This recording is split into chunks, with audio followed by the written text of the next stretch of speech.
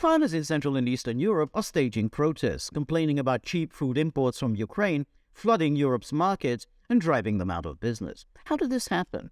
Remember those anguish stories from last spring about the 20 million tons of grain that was supposedly rotting in Ukraine's warehouses? Remember the alarm over impending global starvation if Russia didn't immediately lift its blockade of Ukraine's Black Sea ports?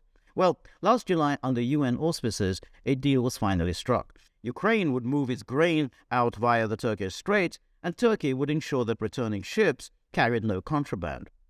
As it turned out, however, rather than feed the poor and hungry, Ukrainian grain fed the already well-fed and well-to-do. According to the UN, 47% of the grain shipped out as part of the Black Sea Initiative went to high-income countries, 26% went to upper-middle-income countries, and only some 27% went to lower-middle-income countries. The poorest countries, such as Bangladesh, Sudan, Yemen, and Djibouti, received only about 3%. But Europe's farmers took an even worse hit. The European Commission was so eager to get Ukraine's grain to market that it hadn't waited for the unblocking of the Black Sea route. Instead, it rushed to eliminate all tariffs and quotas on Ukraine's exports. The Commission used roads, railways, and the Danube River to ship Ukraine's grain out.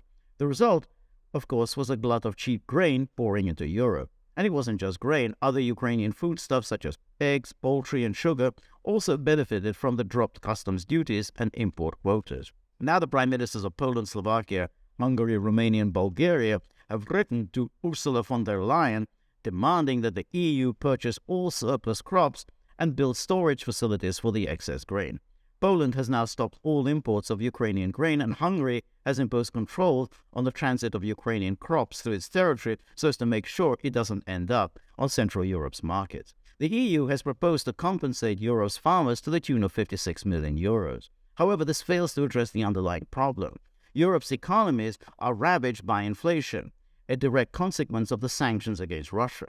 Farmers can't stay in business if their steeply rising costs exceed the sharply reduced earnings that have come about as a result of the dumping of Ukrainian grain.